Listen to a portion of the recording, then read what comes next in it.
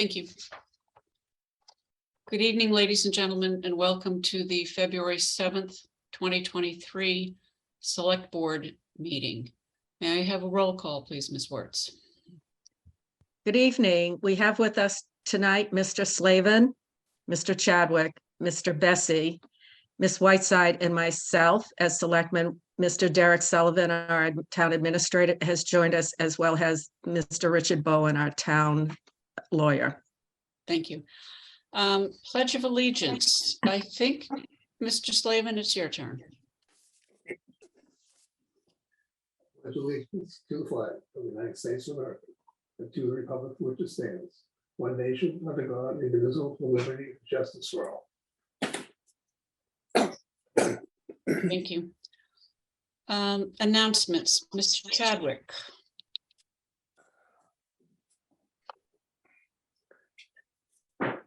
All right. I only have a couple. First one I feel that was necessary to read is from Onset Fire Rescue from the chief. As fire chiefs, we meet people who positively impact our organizations or us. Ryan Quinn is one of those people. Ryan started with Onset Fire in 2015 as a Massachusetts Maritime Cadet firefighter, and in 2020 was hired as a career shift captain. Captain Quinn is also a member of the National Guard. Effective today, Captain Quinn has been activated for duty. I wish him well during the service overseas for our great country, and we are excited about his return.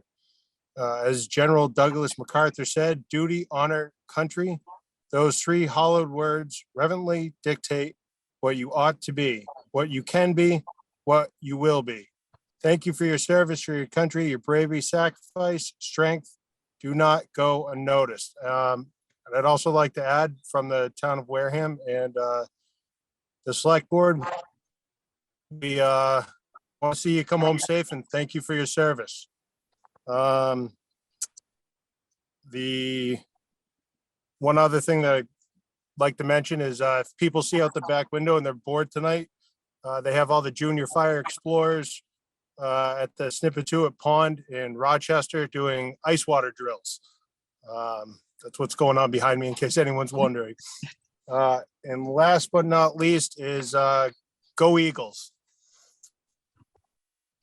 Thank you. I was going to ask you what Eagles, but I don't think I will. Mr. Bessie, announcements.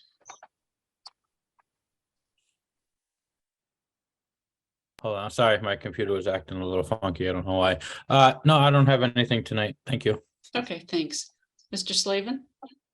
Okay, just a few. Just want to reach out and thank our Director of Natural Resources, Mr. Buckminster. There's been a dredging project and kind of moving along as best we can with the Army Corps of Engineers for probably 3 to 4 years now.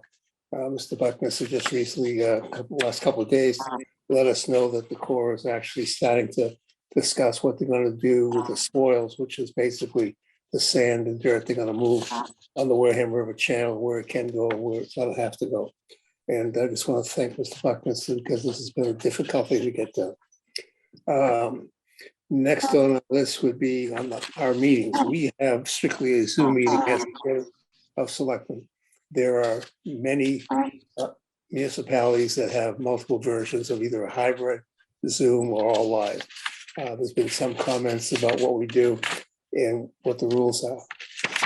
Till March 31st, the governor, who is no longer with us, set in motion that we can have any one of the three that we want until March 31st.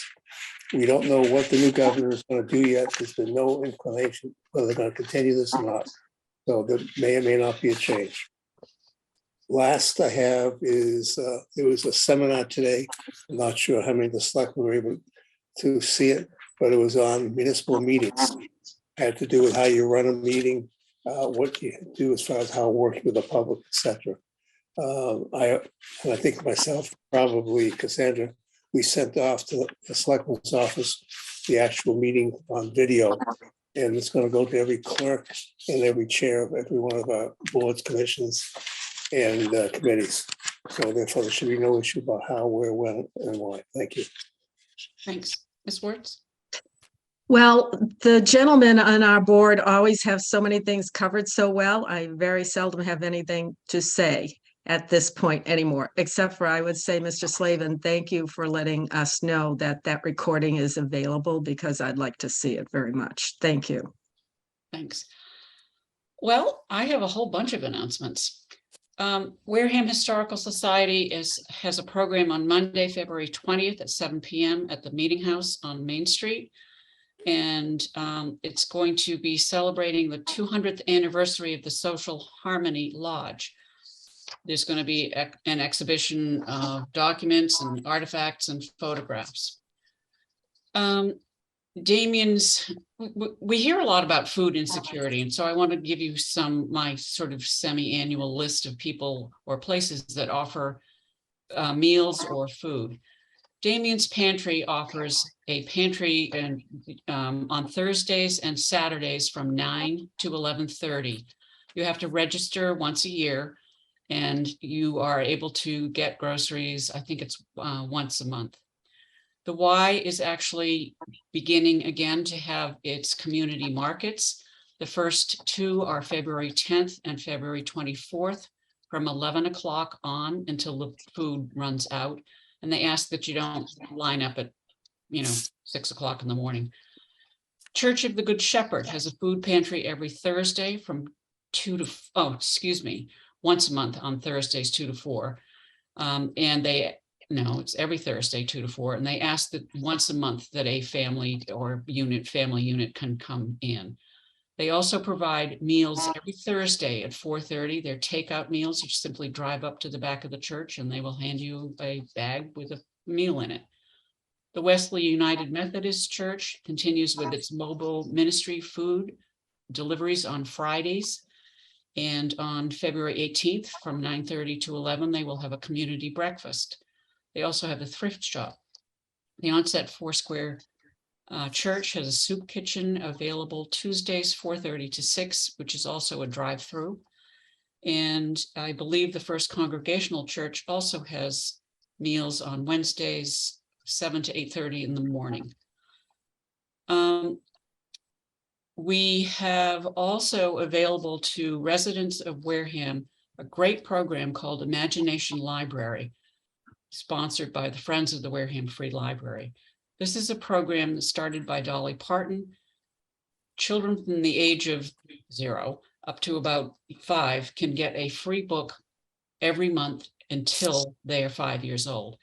All you need to do is sign your child up. There are applications online and there are applications at the library. And I don't know if we have any at Town Hall. It is available only to residents of Wareham, so you need to be able to provide your address. But it is a free book every month and they are age appropriate. Dog licenses are available, and I just would remind you that you have another, I guess, through the end of this month before there's a penalty for not having your dog licensed. And then the one thing that I really want to stress is that it's the season where people are scamming people. I recently heard of 2 people who got phone calls supposedly from their grandson who had been, in a car accident or something like that. It's just not so. Please do not respond to those. Please don't buy gift cards. Please just hang up, because if it really was your grandson, somebody else would have called you. It's just a scam, and people are falling for it. And it's really too bad that I even have to say anything about it. Anyway, I also want to say that we do have 2 hearings and 2 continued hearings tonight. The 2 hearings will start at 7:15 and 7:20. The continued hearings will come after the other 2 hearings. The hearing, which is continued about the question of opting out for vote by mail, if you have spoken previously, or if you submitted an email or mail ad information to us, I will not be recognizing you for a second opportunity to speak to us, because we already have your comments on record. And I appreciate the fact that many people have taken the opportunity to send the Board of Selectmen those comments. I'd also remind you that all of the activity has to come through the chair. And so I will be trying to move things along quickly, but I'm also going to be making sure that we don't overlap and that we don't, sort of fall into confusion. Ms. Wertz, we have some appointments, and would you let Ms. Morton in and Ms. Wood in? As those people are coming in, we have some appointments for regular committees, but we also have the waymasters here. Waymasters are the people who, when you go to Wallaca or another moving company, they weigh what you're going to be shipping, okay? We must annually certify or authorize these. Actually, we have to appoint them so that they can be covered and do their job for whoever employs them. These all happen to be employees of Wallaca. So the first one we have is Ms. Morton, who is an applicant for the Board of Health, associate member to a term to expire June 30th, 2023. Ms. Morton, do you care to address us, please? Thank you. Thank you, Madam Chair. I am looking to be on the Board of Health. I have been trying to find a vacancy that would be great for me and also not conflict with the other boards that I go in front of in my private practice. So I visited the Board of Health a few times and thought it would be a great fit. And, as a mom resident, this is an important piece of our town, and they deal with a wide array of things, not just only we're looking at septic, we're looking at those issues, but different matters regarding the occupancy and the residents of Wareham. So that would be a good fit. And I think if there's an opportunity for me to serve, and my most valuable resource is my time, that I'd like to do that for the town. Thank you. She has attended meetings, and there is a recommendation from the Board of Health that she be appointed. Do any of you have any questions? If so, please raise your hand. Mr. Slavin? Yeah. I just want to thank Julian for applying. I just want to make note for the record that she is also my personal lawyer. There's no conflict in this particular Thank you. vote. Ms. Wertz, I'll accept a motion. I can make a motion that we agree to appoint Jillian Morton to the Board of Health as an associate member for a term to expire June 30th, 2023. Is there a second to that motion? Second. Motion made and seconded. Is there any further discussion on the motion? Hearing none, I will go for a roll call vote. Mr. Slavin, Yes. Mr. Chadwick, Yes. Mr. Bessie, Yes. Ms. Wertz, Yes, myself, yes, 500. Ms. Morton, you know that you need to take the ethics and all of the training, and those need to be brought to the select board's office before you can be sworn in. Absolutely. I've worked with Catherine and those are completed already. Thank you. Thank you so much. Thank you. Ms. Wood, can you let us know about your interest on the Conservation Commission and on the Minot Forest Committee, because both of those appointments are before us tonight? Yeah, absolutely. Thank you, everybody, for inviting me to join tonight's meeting. My name is Autumn Wood. I am a lifelong resident of Wareham. I have a Bachelor of Science in Geosciences with a concentration in Natural Resource Conservation, and I am graduating this September with a Master's with the concentration in Sustainability and Environmental Compliance. That being said, I do work in the pharmaceutical industry where I have exposures to laws and regulations that are transferable to the environmental industry. But at the core of it all, I'm passionate about our environment, and I would love to help support our town to protect our land, water, and biological resources. Thank you. Do you choose to speak about the Minot Forest at all? Because that appointment is before us as well.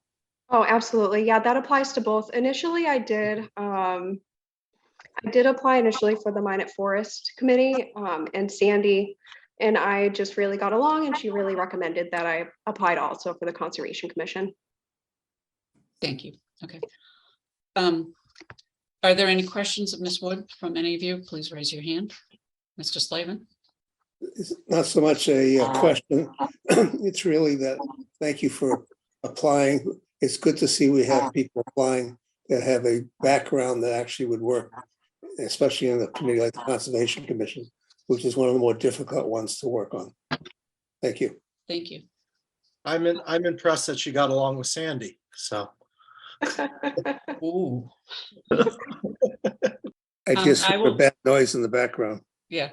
Ms. Wertz? it's just more tongue in cheek, but Autumn, with a name like Autumn Wood, your direction in life was predetermined for you, and we're I just agree. glad to have you.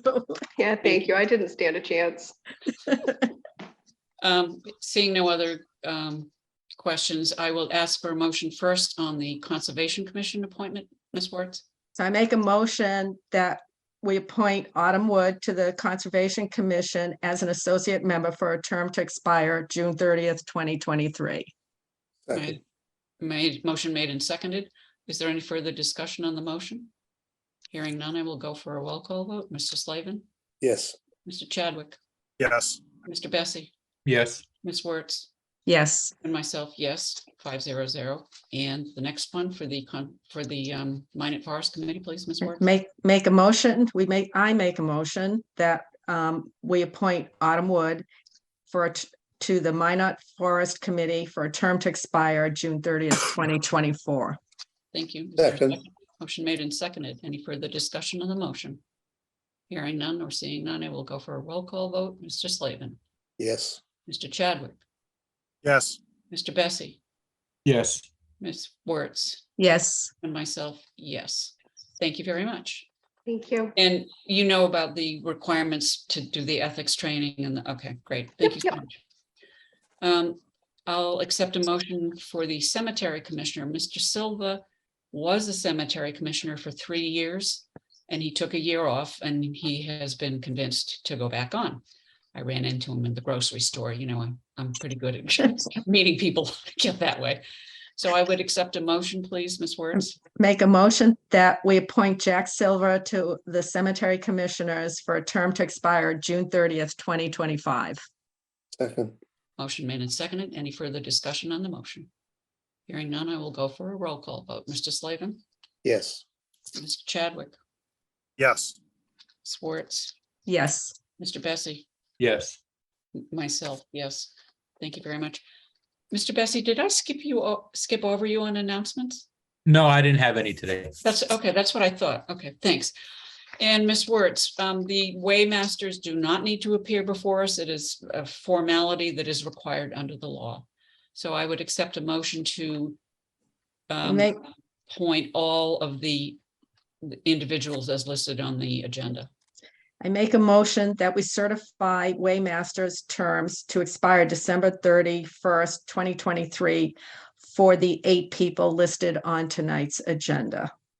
Motion to appoint them, right? Motion to appoint, Thank right? you. Is there a second to that motion? Second. Motion made and seconded. Any further discussion?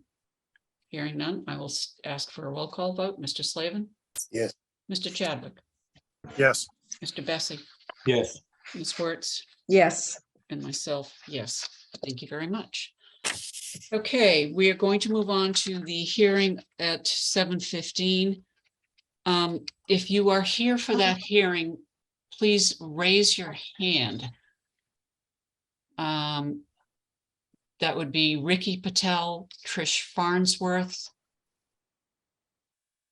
and anyone else for this hearing for the application of Pankaj Corp, DBA? No? Okay. I would accept a motion, please, to open the hearing, Ms. Wertz. I make a motion that we open the hearing for the application of Pankaj Corp, DBA PK Liquors for a seasonal package goods store all alcoholic license under the provisions of Chapter 138 of the Massachusetts General Laws for the year of 2023. Is there a second to opening the motion, please? second, The hearing. Motion made and seconded to open the hearing. I will go for a roll call vote. Mr. Slavin, yes, Mr. Chadwick, Yes. Mr. Bessie, Yes. Ms. Wertz, Yes, myself, yes, the hearing is now open. We will hear from the applicant and anyone who is here to speak on his behalf about the application. I will then let you individuals, board members, raise your hand and ask questions of the petitioner. And then I will ask if there's anybody in the audience who would like to speak on behalf of the petitioner, and if there's anybody who would like to speak against the petitioner. And again, all of the speaking should come through me. So, Mr. Patel, could you identify yourself for the record and tell us what you're looking for?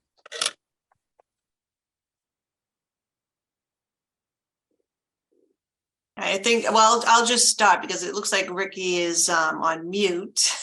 So he may. Go ahead. Could I'll you let him do identify that. yourself? Sure. Attorney Trish Farnsworth with Lawson and Whiteson in Boston. Here I'm representing Mr. Patel and his entity, Pankaj Corporation DBL.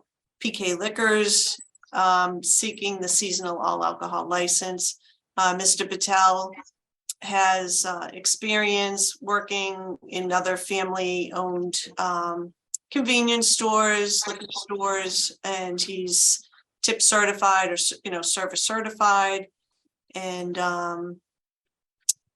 hopefully he can unmute and give you some just additional information, what he plans for the store. He's the sole owner.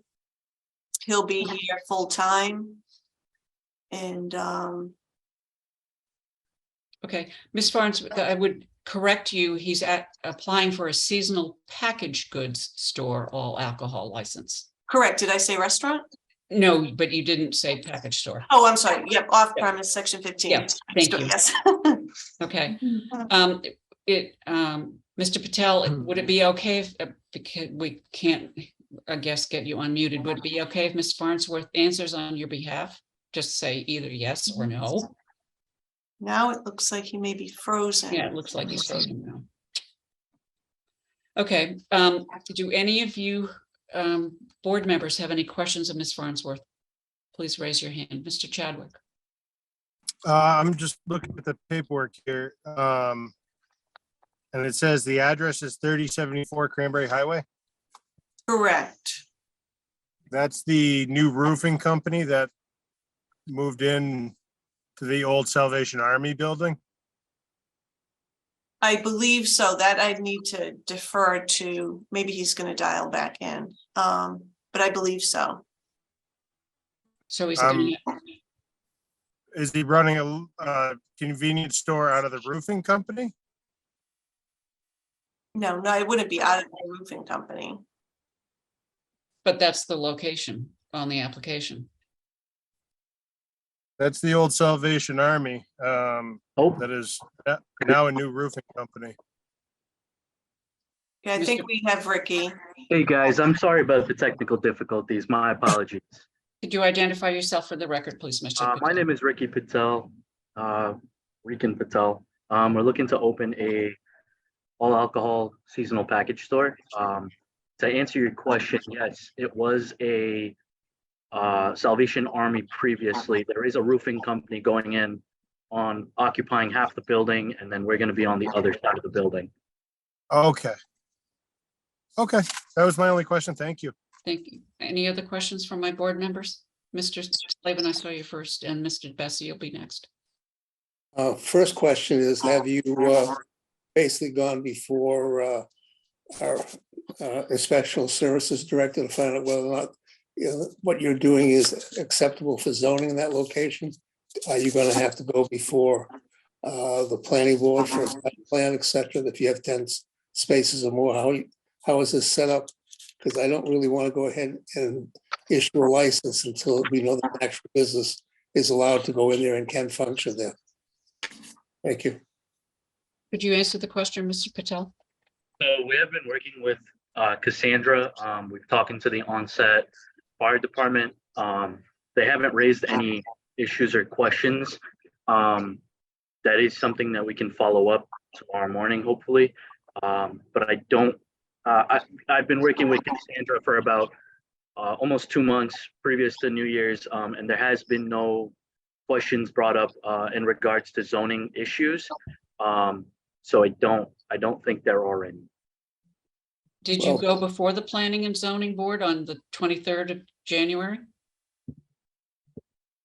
Mr. Patel? I don't believe so, no. Okay, thank you. Any other questions? Well, I'll continue Yeah, I'm sorry, Mr. Slavin, go ahead. Again, the problem we have is that we're going to potentially issue a license. And, the gentleman doesn't have, basically an okay from the inspectional services that they can open there, and whatever the setup is acceptable as well. We really, as a rule, want to make sure that when we have a liquor license, that the facility is set up, is laid out, et cetera, before we actually issue it. Okay, And thank it you. meets the requirements. Thank you. Mr. Bessie, go ahead. So yeah, I mean, I raised the same concerns. I see everything signed off on as far as department approvals, other than inspectional services, which I think is probably one of the most important sign offs. But then also I looked at, none of the supporting documents as of this date of 2/2 have been submitted to the office yet for review. So I mean, I'm putting that aside, the bigger part, the inspection, I would want to say that we would want to make sure that before we tie up a license and approve a license, that we make sure that all departments in town have signed off on it, and inspectional services as of this point hasn't. Thank you. Ms. Wertz?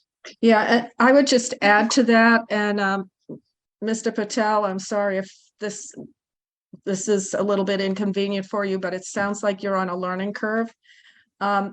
The supporting documents that Mr. Bessie talked about, what I'm looking in front of me says there's no insurance binder there, workman's comp, DOR attestation, or business certificate, tips roster, any of those supporting documents in here. Now, some of them, have you given some of them to Cassandra since then? Usually she lets us know. No, they are not on file. Okay, so all that has to be done as well before we can approve a license. So, I don't You have know. a question, sir? Yes. So my only question is, would we need an insurance binder?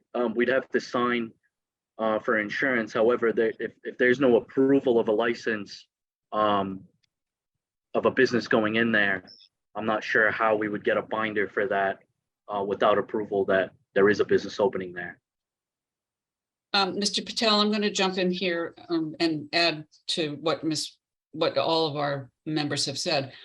You still owe $1,575 payment for the license.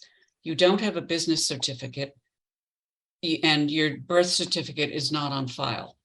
So That's been honestly, your application is not complete, and I would suggest that to my members that we continue the hearing to another time, when all of the documentation is in place.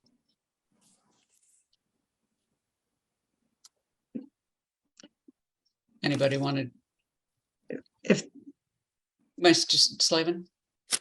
As you've recommended, I would basically ask the board to go ahead and vote to continue the hearing, not to close it, until which time we have all the paperwork and everything necessary so we can make a proper judgment. Is that a motion? Yes. Is there a Second that. Motion made and seconded. Is there any further discussion to the motion to continue the hearing to a time not specific at this point? It will be, you won't need to re-advertise, Ms. Farnsworth or Mr. Patel, but you will need to provide all of that documentation before we ask you to come back before us. Do you understand that? That's understood, yes. Okay, thank you. There's a motion to continue to a time uncertain. And a second. Is there any further discussion on that motion? No. Hearing none, I will ask for a roll call vote. Mr. Slavin? Yes. Mr. Chadwick? Yes. Mr. Bessie? Yes. And Ms. Wertz? yes, Thank you. And myself, yes, 500. So it is continued to a time not specific, but those those documents are all required before we will speak again to you. The insurance binder, you can get a binder once you have your location, your building planned for how you're going to be set up in that building. Is there a building permit on that building right now? I don't even know, but that would be a question that we would ask to make sure that the that covers the zoning question that Mr. Slavin has asked as well.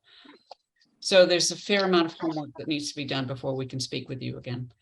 When we do see you again, we will then ask for people to speak on your behalf or people who would object to the application. So we will put that part of the hearing off until that time. Okay?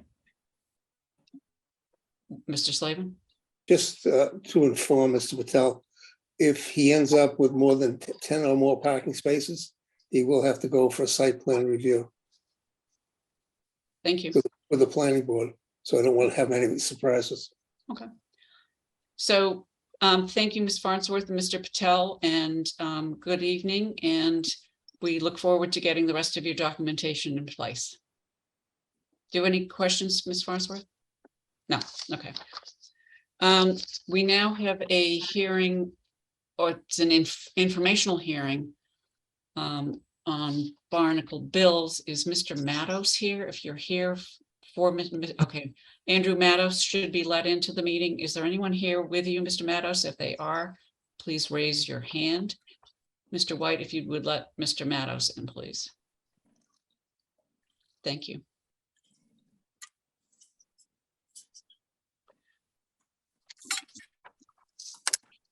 Mr. Mattos.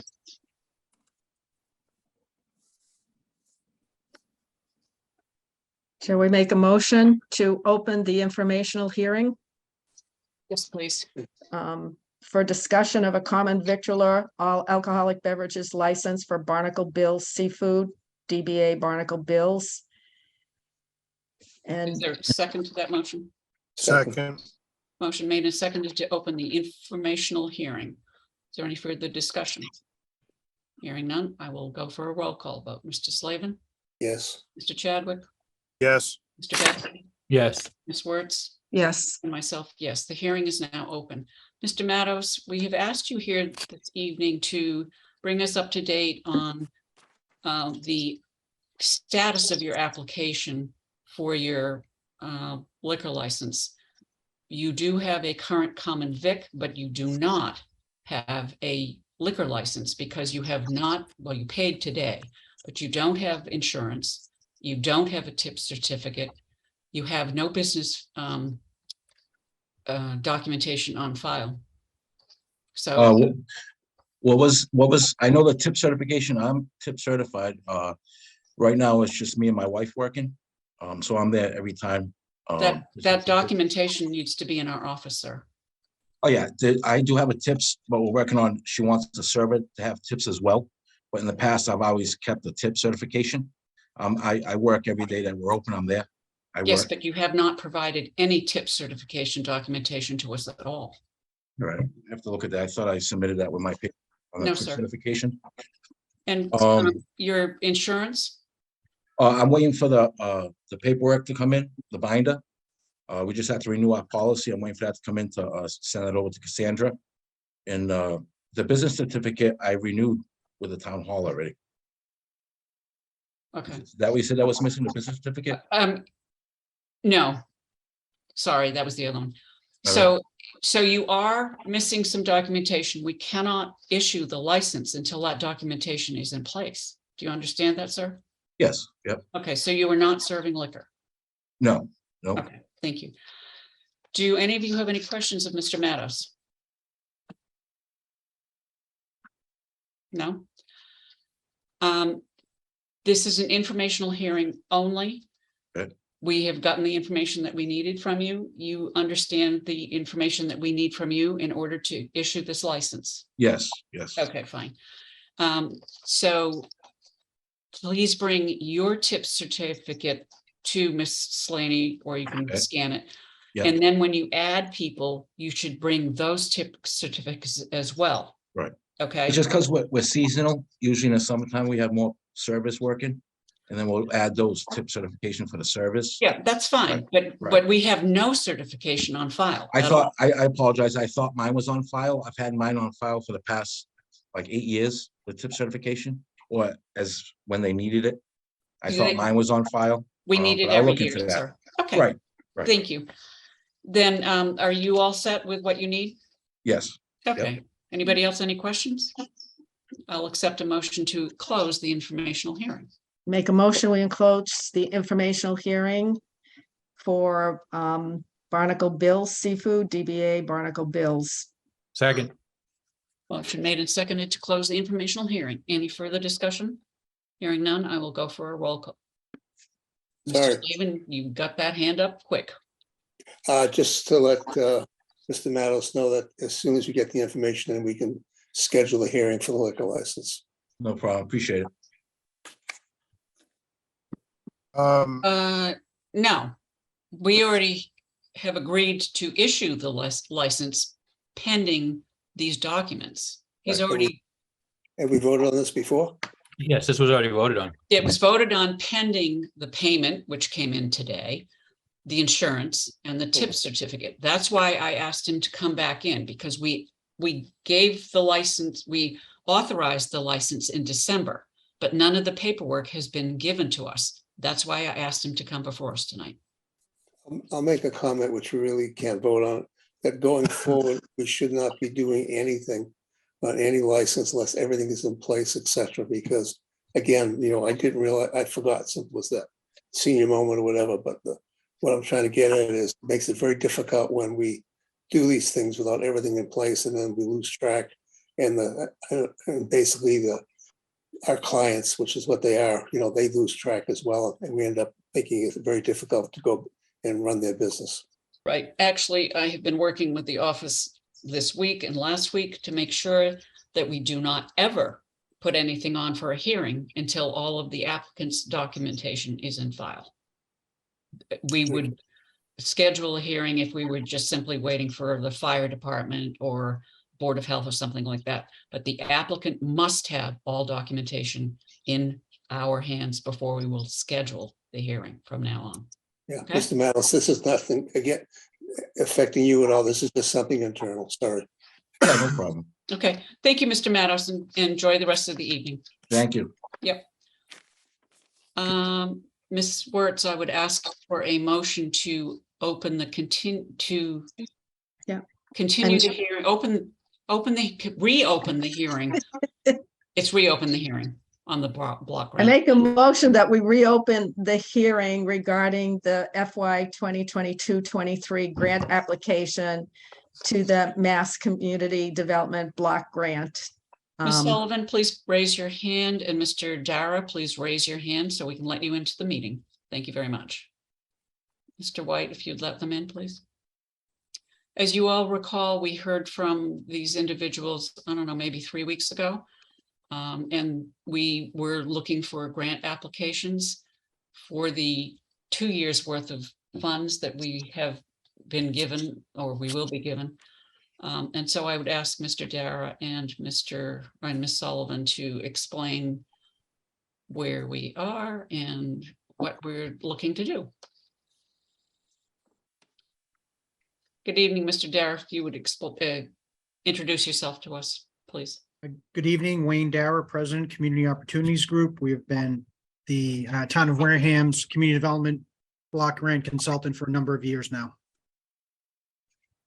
And Ms. Sullivan, could you identify yourself, please? Yes, I'm Christine Sullivan, Program Coordinator from Community Opportunities Group. Thank you.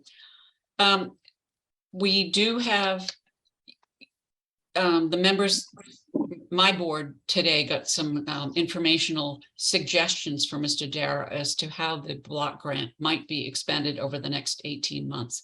But I would like Mr. Dara to explain what those programs might be.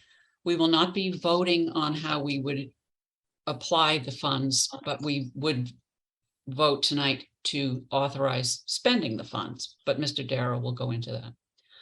After Certainly, he thank has spoken, I will ask for comments from the attendees at the meeting because this continues to be a public hearing. Okay, Thank you. thank you very much. When we last met, we discussed the fact that due to changes in DHCD policy, the grant making agency at the state, that instead of $825,000, which is the normal amount that is awarded to the town of Wareham every year, they've combined 2 years of funding and the town is eligible for $1.65 million. this funding round. The application is due March 3rd. And when we last met, we discussed some specific activities we wanted to include in the grant, and sort of left up for discussion some money that really hadn't been definitively allocated yet. But the things we talked about previously were funding public social services. The state allows you to designate up to 20% of your grant for social services. That has been typical in the past for Wareham. But one of the nuances of this year's program, while the state doubled the amount of money the town is getting, they didn't double the amount of time the town has to spend it. Normally, we would have 18 months to spend the $825,000.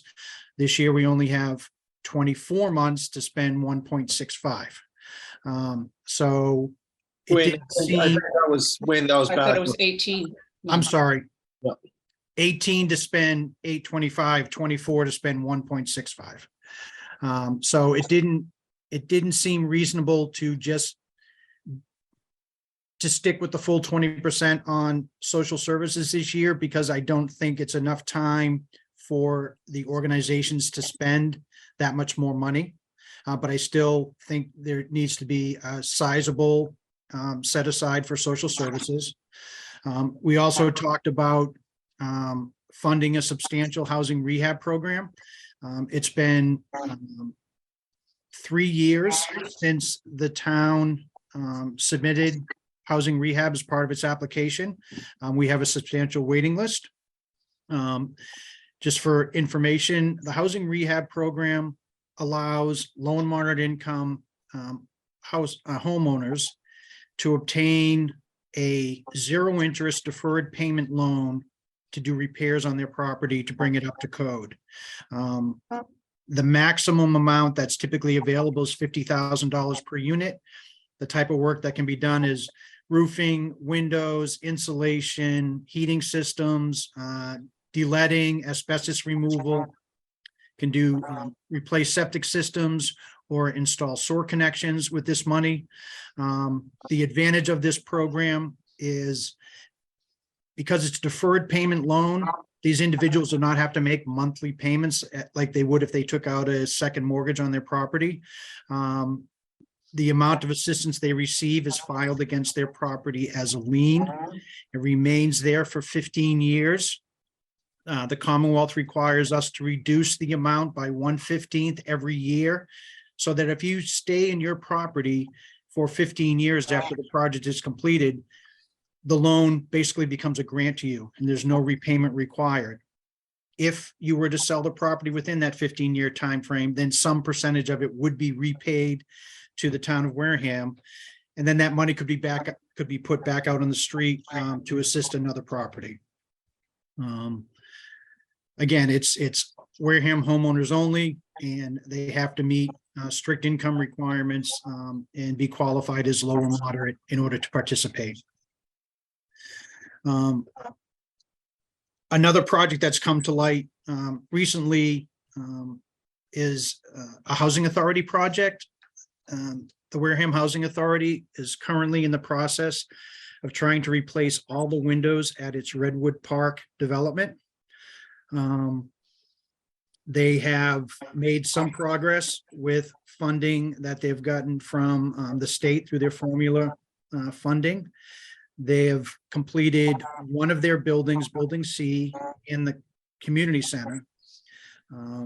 Buildings A and B will be going out to bid this spring, but that's only 3 of the 8 buildings at the property. So I think it's a worthwhile project to consider. Dara, can you hang on 1 second? I'm going to ask all my board members to mute themselves. There's a funny echo coming back at all of us, and it may be because we're all listening and have our mics on. So I'm sorry to interrupt you, but ladies and That's fine. I heard that too. Right now, they've got 5 more buildings they need to do. There's no funding in the pipeline for them to undertake that project. I'm suggesting that the town consider setting aside some funds under the CDBG grant to do the next 2 buildings in line, which would be buildings D and E. Each of these buildings has 8 units in it, so that'd be 16 units total. Each unit has 10 windows in it, so it's 160 windows in the units. And then in each building, there are 4 windows in the common area hallways. So the project in total would be 168 windows to be replaced in the 2 buildings.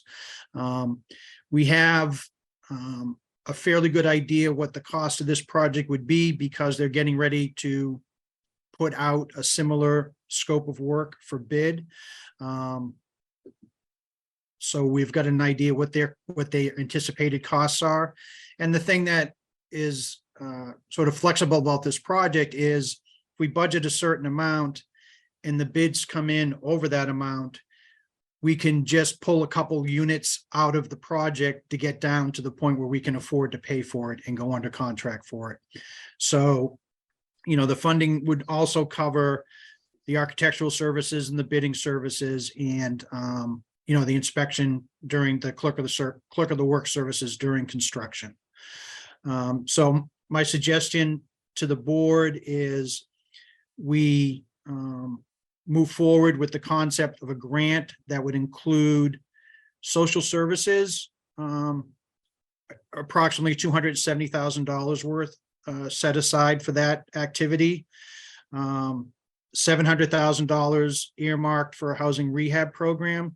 That would be 14 units at $50,000 per unit. $280,000 for the Housing Authority project. Again, that's based on the numbers that they're using for their project that's about to go out to bid. And then $400,000 of the grant would be designated for administrative services, which is below the maximum that we could establish it at. We're limited to 27% total, which is, I believe, 440,000 approximately. So we're below our maximum admin amount, which is or is acceptable to DHCD. So I don't want to tie us to those exact numbers. That's sort of a scale that we're looking at, but that's my recommendation for the application to put forward. Thank you, Mr. Dara. I just have would ask you to expand a little bit on the social services because you have named 2 social services that might be the recipients. Could you speak to those, please? Sure, and I know this question has been raised before in other communities when you're dealing with an agency that is a regional provider, as I know both Damien's Place and Turning Point are. But what people need to understand is while they are serving more than Wareham itself, in terms of the CDBG funds that they receive from the town, that's limited solely to Wareham residents who receive services from those organizations. Every time those individuals have a Wareham resident come in, they have them fill out an intake form, which gets submitted to us. So we know that the individual receiving the services is a resident of the town, and we can report them as beneficiaries to DHCD. Those programs are run on a reimbursement basis. So they're putting the money out first. And then typically on a monthly basis, they're submitting to us a breakdown of the services they provided and information on who they provided those services to.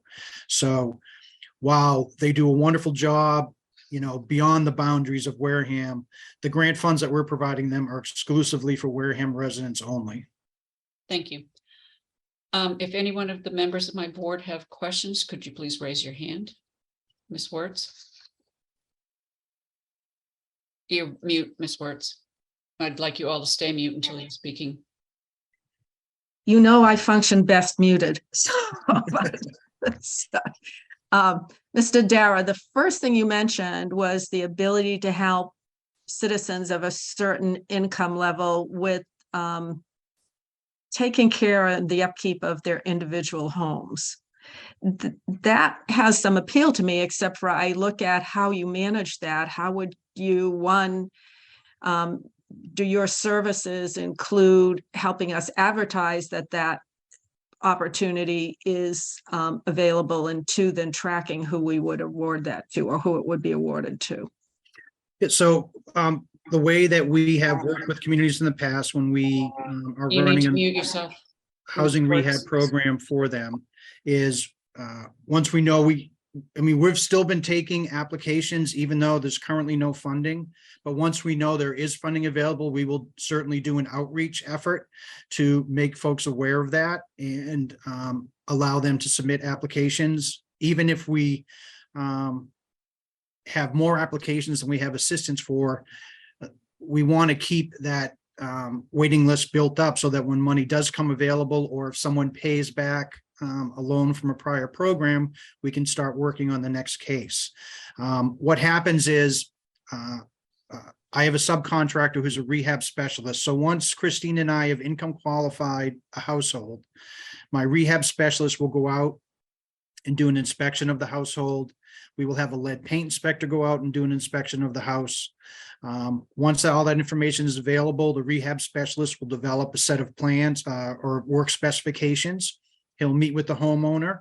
They'll go over those. Once the homeowner is satisfied with the scope of work and signs off authorizing us to put the project out to bid on their behalf, we will have a bid showing with contractors who've registered in our program. And so basically these contractors are pre-qualified because they've demonstrated they have the insurances, licenses, and experience that they need to work in this program. In order to bid on any given project, a contractor has to attend the walkthrough. We don't want someone sitting behind a desk in an office throwing numbers at a project that they haven't seen. And even though it's not a public bid, because the town of Wareham is not a party to this contract, we try to mimic public bidding process. So we accept sealed bids by a certain date and time, and the project's awarded to the low bidder. Once the contractor is ready to start work on the job, we typically send a notice to the Inspectional Services Department just to highlight this job, to say, hey, we put out a contract for this work. It includes these different types of work in the entire job, just to put it on their radar screen. Once a contractor gets underway, he can submit requests for payment. But unlike a private job, if you and I were to do it, we would have to put 30 or 50% up front to get the contractor to show up. We don't pay for anything until it's installed, inspected, and approved. And even at that point, we then withhold 10%. So if a contractor submits a pay rec for $10,000 for a roof, and it's inspected and it's installed and it's perfectly fine, he's only going to get $9,000 from us. We're going to hold that last $1,000, and that goes for every payment request through the job. So at the end of the job, if there's a punch list item that needs to be taken care of, or paperwork that we need from the contractor, we have a bit of a stick to hit them with to get that paperwork or final punch list item done. It's all a very controlled process. We're here to provide technical assistance to the homeowners, because we know a lot of people wouldn't know what type of work needs to be done. And again, this is housing rehab. It's not housing renovation. We're not here to put new marble counters in your kitchen or Italian tile in your bathroom. We're here to bring your property up to code. We concentrate on plumbing issues, electrical issues, weatherization issues.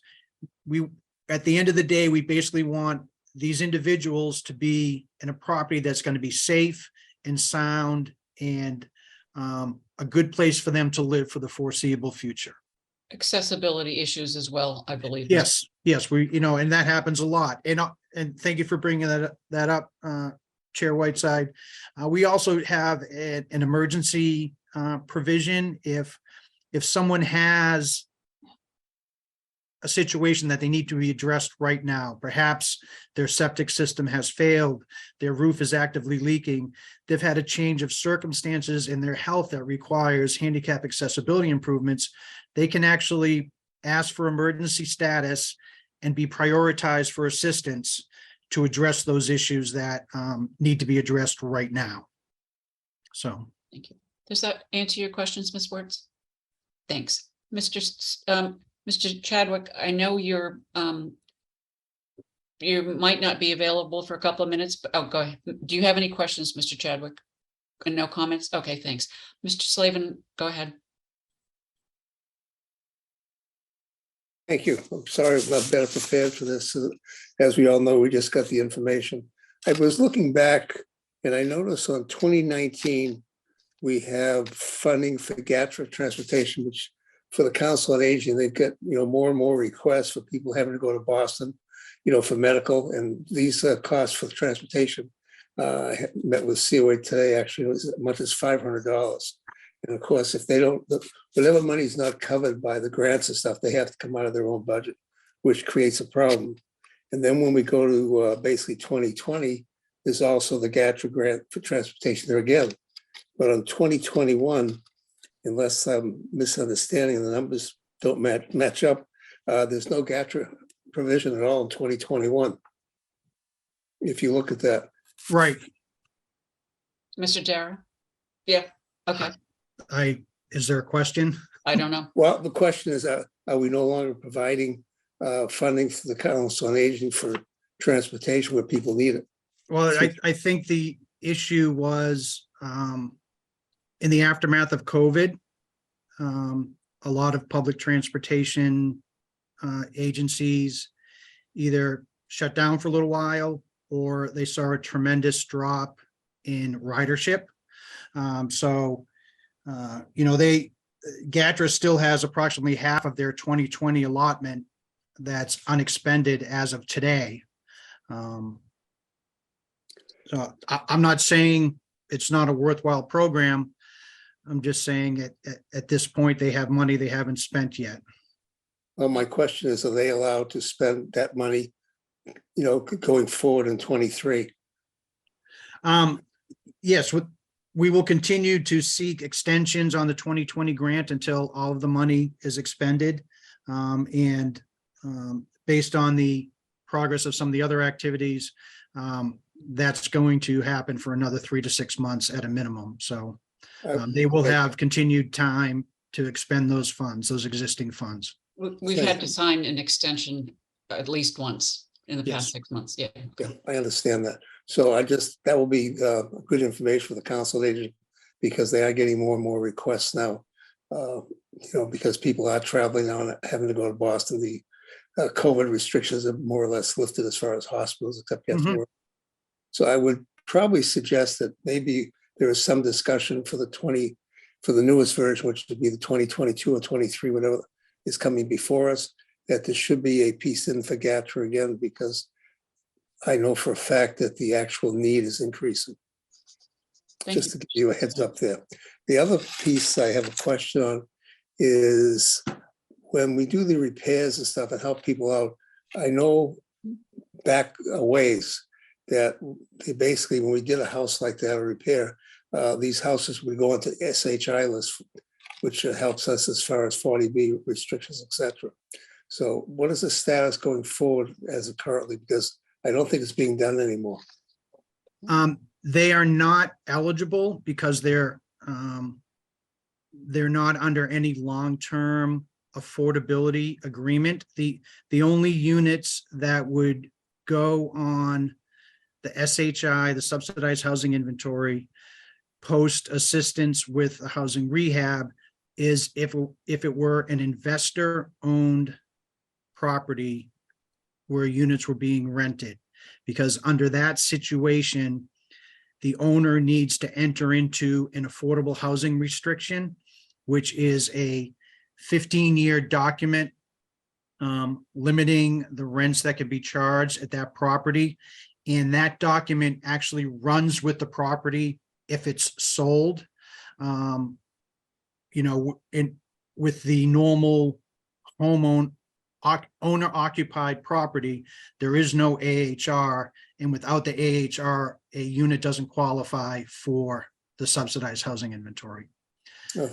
Thank you for the information. What I will do in my own time is go back and find out how this actually happened prior. Because we did have these, some of these homes that got on the SHI list, and I don't think it follows what you say right now. Maybe the rules have changed. And the last thing is the Wareham Housing Authority has gone to the town to the CPA program, the CPC, for a lot of repair, et cetera, on their facilities. So I'm wondering whether or not the repair for the windows is better used, for using the money and better use of the money for flexibility, whether it should be through the grant or whether it should have been a request to CPC and have monies available for some other project. I know our biggest problem right now is finding worthwhile places for the CBG grants, but I'm just bringing up the fact that the Housing Authority has basically two alternatives in order to get the funds. That's all. Thank you. Thank you, Mr. Slavin. We are not voting on any amounts tonight. I just would remind you of that. We are discussing and hearing what the options are. Mr. Sullivan. Yeah, Madam Chair, I think just hearing that last bit, it's just something to mull over. I would suggest that it would be, given what community preservation funds can pay for, and it's a much wider thing, I would suggest that's better to use the CDBG funds for that than it is the community preservation funds, to allow more things to be expended on through the CPC throughout the community. So just something to think about. Thank you. Do any of the other members of my board have any questions or comments? Oh, gosh. No? Okay. I'm going to open it up to the public. If you have a comment to make, please raise your hand. Mr. Manise and Ms. Hayes will be led into the meeting, please. You are going to be making comments about what your suggestions might be.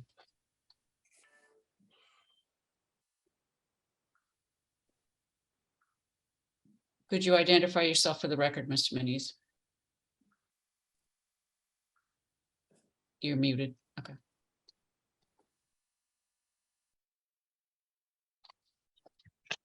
Mr. Manise, could you Yes. identify yourself for the record, please? My name is Jim Manise, and I live on Cranberry Highway.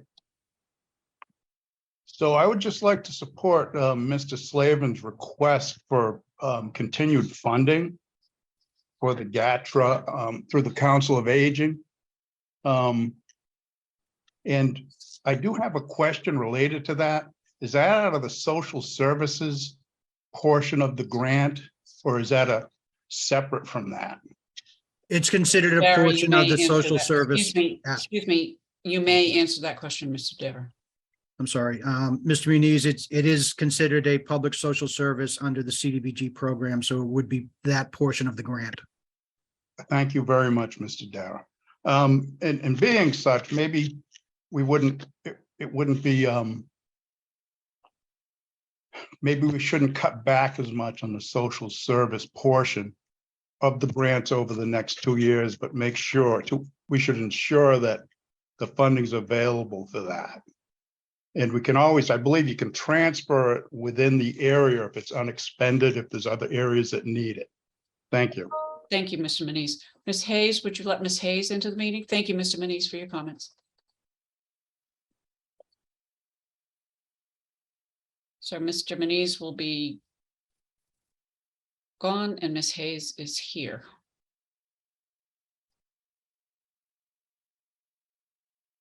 Ms. Hayes, would you identify yourself for the record? And Annie Hayes, 52 Farmers do you have Lane. a video, Ms. Hayes, or not? I hit the video and I don't see it going on. Let me kick it again. No. I'll see if. That's okay. It just identify Is yourself that for the record. Yeah. Pardon, what did you just say? Please identify yourself for the Annie record. Hayes, Farmers Lane. Mhm. I understand that with anything involving construction, rehab, et cetera, and probably everything. Costs have gone up with construction, I think, sky high. So this money is going to be used up quickly. I am wondering, I mean, I'm agreeing with Mr.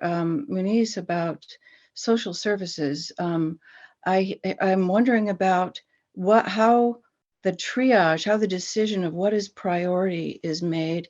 And one of my concerns, I'll ask this other question, and I'm wondering if, say, Tamian's place Turning Point specifically because of the real concern of growing addiction and deaths. I'm wondering if Turning Point is getting the funding for residents in Wareham that it has asked for, and what else they might use money for. So I'll start with those questions. One of the reasons I hear a lot more Ms. about Hayes, it. Yes. Ms. Hayes, you are commenting as to what you would like to see supported. You may not ask questions. In other words, you're No, I suggesting understand to the this board. difference. Yeah. I understand the difference, but Mr. Muniz asked a question. I thought that was allowed. He was asking a different kind of question. So, Okay. then Let I me hear ask. you. Yeah, go ahead. My comment is, okay, no asking. My Okay. comment is, I would like to know the budget for social services, know what's being asked for by Turning Point for Wareham residents, and see if there are other monies that they could use. I have two people living close to me who have died of overdoses, and I am not aware of the total problem, but I think it is growing and it is of great concern. Thank you, Ms. Hayes. I can answer your first question. We have not made any decisions about the allocation of these funds. Those decisions will be made on the 21st of this month by this board by a vote. And we will have the documentation which we were supported with, given this evening, as well as the other information that we have been previously given. I hope that answers your question. Are there any other individuals in the audience who would like to speak on this issue to make a suggestion as to how they would like the money spent? Seeing none, I will ask Mr. Sullivan, do you have any comments? Ms. Hayes, thank you and good evening. Mr. White, you can take her back to the audience, please. Thank you. Mr. Sullivan, no questions, no comments? No, okay. Mr. Dara, any closing words? I guess it would be helpful to me to know that I'm on the right path and that the board is authorizing me to move forward under these assumptions as of today. We will be back on the 21st with more specific with a more specific breakdown of the proposed funding to specific social services, and tighten up this budget a little bit and be ready to hopefully at that point, since it's due on the 3rd of March, to approve everything and move forward. Do you have a suggested motion for us for tonight, Mr. Dara? Could authorize Community Opportunities Group to move forward with the preparation of an FY 2022-2023 mini entitlement application not to exceed $1.65 million. That includes social service activities, a housing rehab program, and a project with the Housing Authority. Is that your motion, Ms. Wertz? You're muted, Ms. Wertz. Sorry. That is definitely my motion. Thank you. May I have a second to the motion? Second, with just a question, will this also include the potential for increased funding for GATRA, for transportation? All of those things are on the table. Yes, sir. Thank you. Yep. Are there any further questions on the motion? Okay, the motion is to, as Ms. Wertz read it. I will go for a roll call vote. Mr. Steven? Yes. Mr. Chadwick? Yes. Mr. Bessie? Yes. Ms. Wertz? Yes. Myself, yes. So you have just authorized him to go forward. On the 21st, we will come back and we will make the allocations. May I have a motion, please, to close this hearing? Mr. Dara and Ms. Sullivan, thank you very much for joining us this evening. Thank you so much. Thank you. Have a good evening. I make a motion that we close the hearing on the CDBG conversation as of today. Second, Motion made and seconded to close the hearing. Any further discussion on closing the hearing? Seeing none, I will go for a roll call vote. Mr. Slavin, yes. Mr. Chadwick, Yes. Mr. Bessie, Yes. Ms. Wertz, Yes, myself, yes. The hearing is closed. Wertz, may I have a motion, please, to reconvene the hearing on the considering opting out of the vote by mail?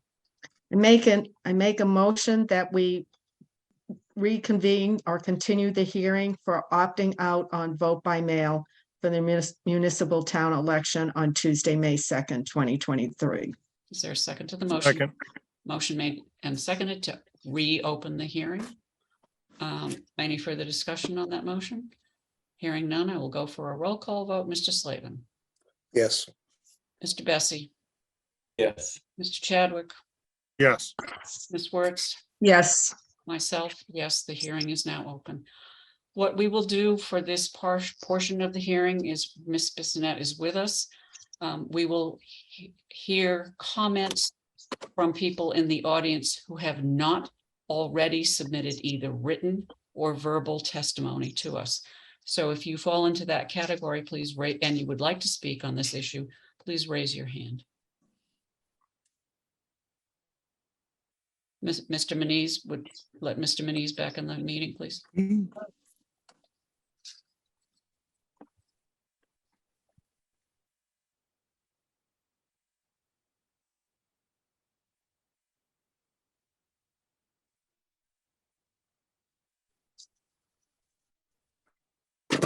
Mr. Manise, identify yourself for the record, please. Jim Manise, Cranberry Highway. Thank you. I took a little bit of time and went to the Secretary of State's website to get some information. And it appears a large portion of Wareham's population utilize the vote by mail. And I think it was like 40%, just under 40%. I do have it here, 313. So I'm not getting into, this Commonwealth passed a law allowing towns to opt out of it. And this is just for the, if I'm correct, just for the vote by mail. And seeing such a large number of people or percentage, it was 39.7% voted by mail. I think should be given consideration to allow people to continue that. I'm not getting into voter fraud or this or that. The law is passed and that's what it reads. I think it would be good to support this, to continue it. And if we're looking at cost savings, maybe we could have our for polls, maybe we could use the Deacon School, cafetorium, and the gymnasium, and have two precincts on one side, 2 precincts on the other. Reduce paying rent to utilize a private building. So I think there's ways we can do it and cover the expense of it. I understand that it's a burden on the town clerk's office, and hopefully working with the town administrator, they can come up with ways to ensure funding for that and to help move this forward. Thank you. Thank you, Mr. Manise. Is there anyone else who has not previously spoken on this issue or sent us an email or a letter? Please raise your hand who would like to speak on this issue. I see none. I will. Do any of my members have any questions of Ms. Bissonette or? Okay. Mr. Slavin? No questions. It's just comment. I'm sure all of us have been getting emails in both directions on this issue. For me, I went back through all my emails I received. I have 21 that want us to keep it as it is, and I have 2 that want us to opt out. So at least from my point of view, and also the people I meet on the street, which is quite a few, it's been the same basic ratio all the way around. So I just want to make that very clear. I've already made comments before, but that I felt as though the money's available. I believe the help's available, and I'm not going to get into all the details, but I think, you know, in my opinion anyways, the opting out with is just not what people in this town want from us. Okay, we do have on lower on subsequent to this hearing, a discussion and possible vote.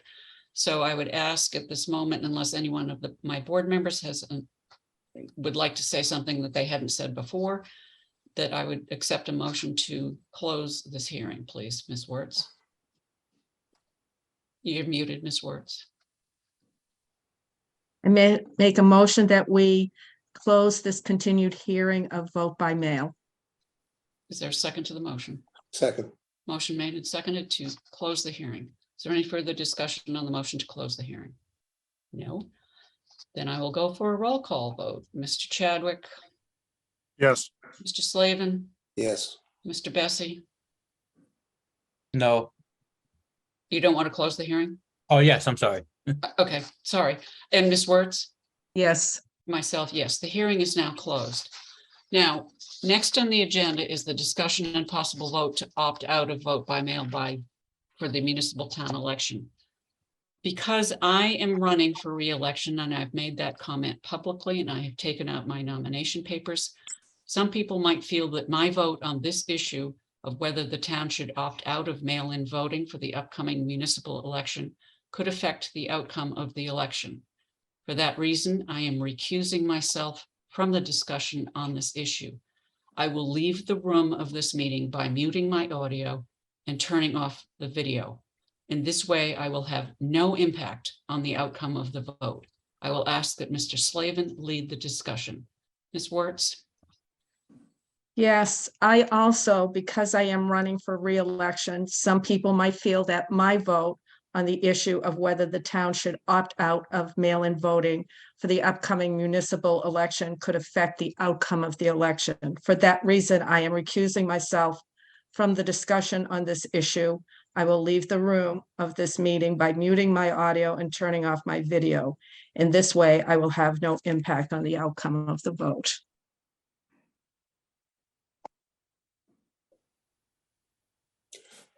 Okay, we need to proceed here. There's 3 of us that will be voting on this. Basically, Jared, do you have any comments before we vote on this? I have none at this time. Ron? So this is something that I've been try to figure out the track that I want to go down with this.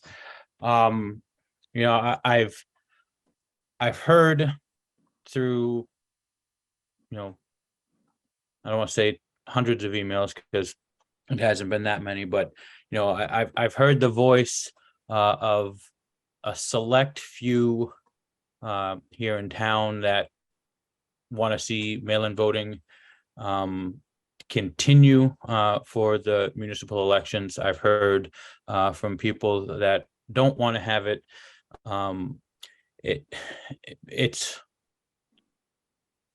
It's hard because no matter which way the vote goes, whether we decide that we want to keep mail-in voting or we want to get rid of the mail-in voting, you're going to have 2 sides that aren't going to understand certain pieces of it.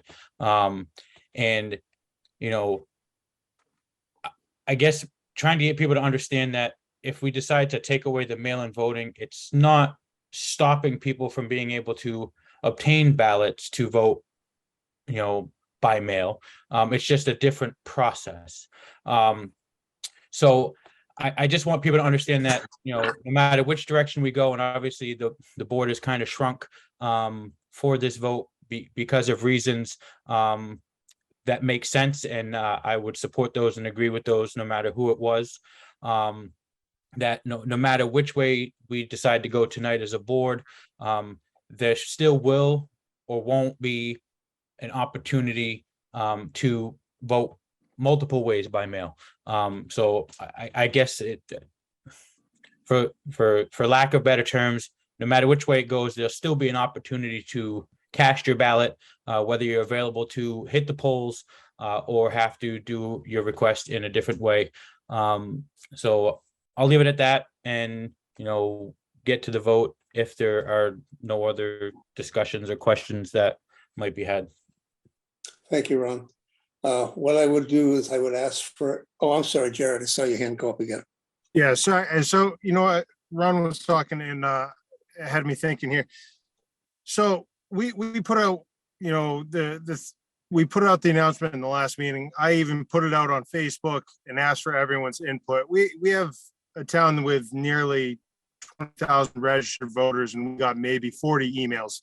I have to say, I'm a little disgusted with the amount of responses we received. So with that being said, if people aren't happy with the outcome, blame yourselves, because I'm going to go with what the ratio is with the emails. I'm sorry, I feel is the right thing to do. And for the people that like it the other way, everyone else in town for not responding. That's it. Thank you, Jared.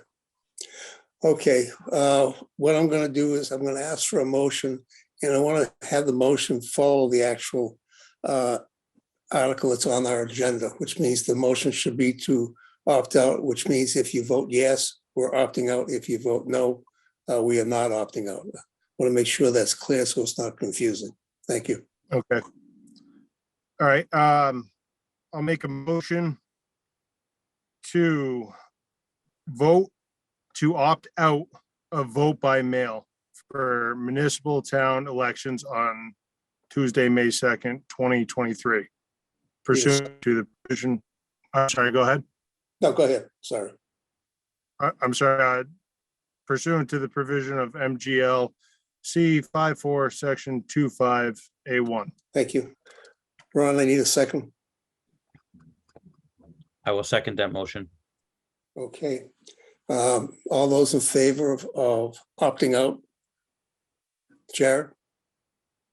No. Ron?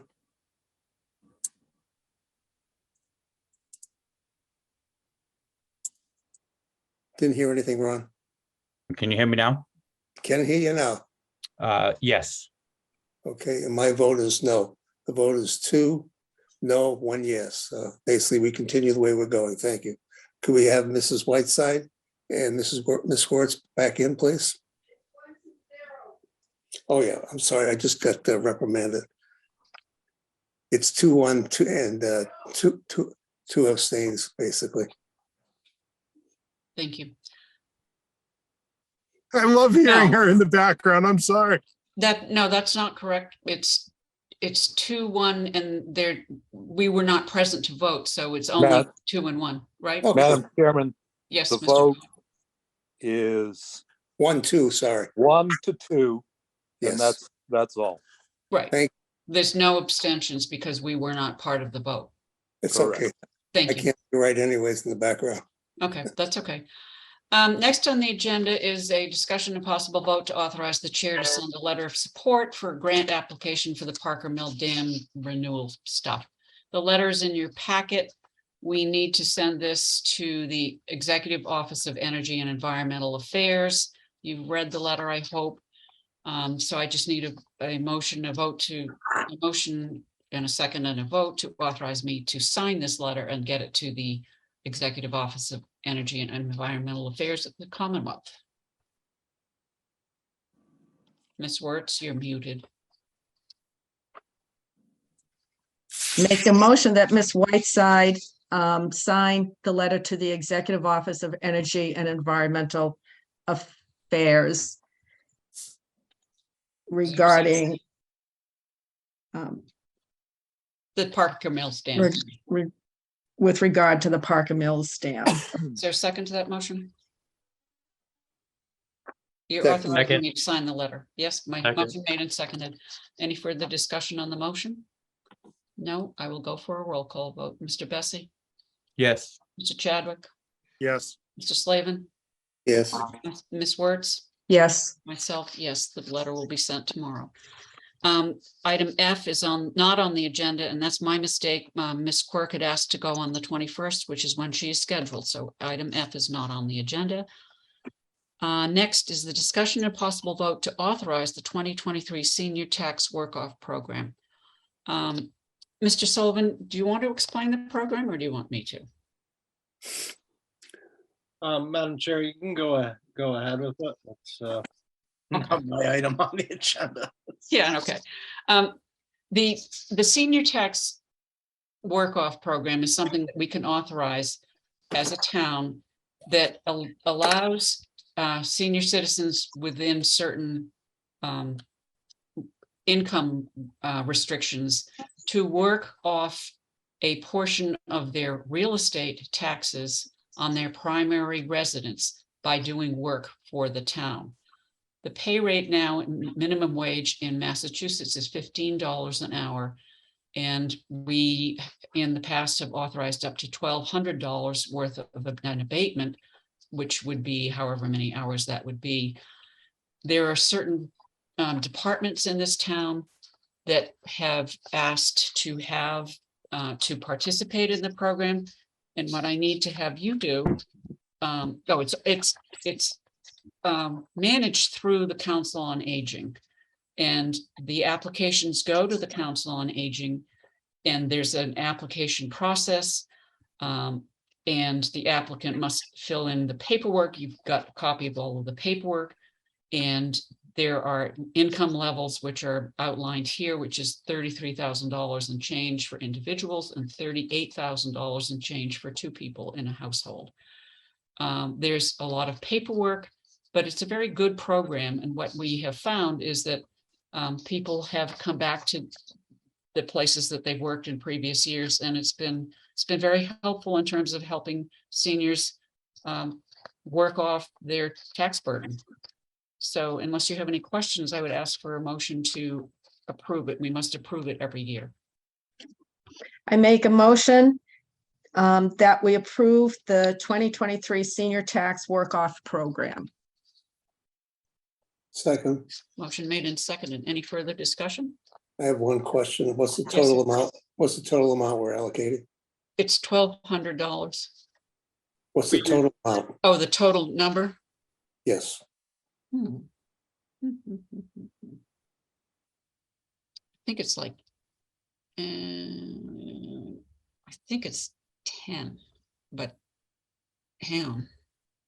Madam Chairperson, Yeah, I'll look into that. We've gone up to 40,000 in the past. One of the other things I was just thinking of is, in light of the, obviously the increase in inflationary increase our seniors have been experiencing, there was an adjustment of Social Security by 8.7%, which could adjust.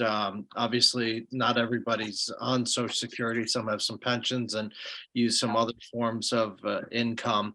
So I would just ask that you approve it, and maybe we work with Sharon to make an adjustment that's proper to make sure people aren't getting pushed out just because they received an increase. so do you want us to authorize a dollar figure?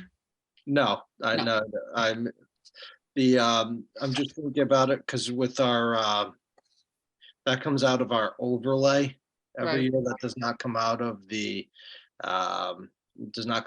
COA budget. It's one of those sort of hidden expenses that people don't actually realize what we do for seniors. And it's obviously a great program because not only do seniors get some relief, but it reminds people of the seniors did some great things working and are a backbone of our country. So I would yeah. say not to exceed.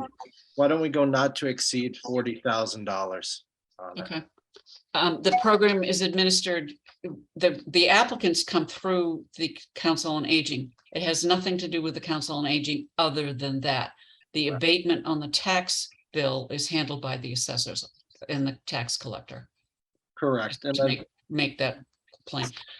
Right, Um, since the overlay isn't considered year after year, it kind of, that they've changed that. I think we should be safe with 40,000 for this year. And I know there's a lot of people in need for this year, so I'd like to make that suggestion. Ms. Wertz, do you want to add that to your motion? We can just say, we want, I that- make a motion that we vote to authorize the 2023 senior tax work off program to the maximum amount of $40,000. Is there a second to that motion? Second. Okay, excellent. Any other questions on that? Thank you, Ms. Sullivan, for pointing that out. I will go for a roll call vote. Mr. Chadwick? Mr. Bessie? Yes. Mr. Slavin? Yes. And Mr. Chadwick told me he's just driving a car right now, so he can't vote. And myself, yes, so 4-0-0, that has been. Well, I can vote too. Ms. Wertz, I'm sorry, no. She leaves me off one time every meeting. I would I feel do? upset. Yeah, I would feel upset if we didn't have that happen. Oh, I'm sorry. I'm really sorry. Okay. Now we have a discussion and possible vote to adopt the new server training policy 2023-4.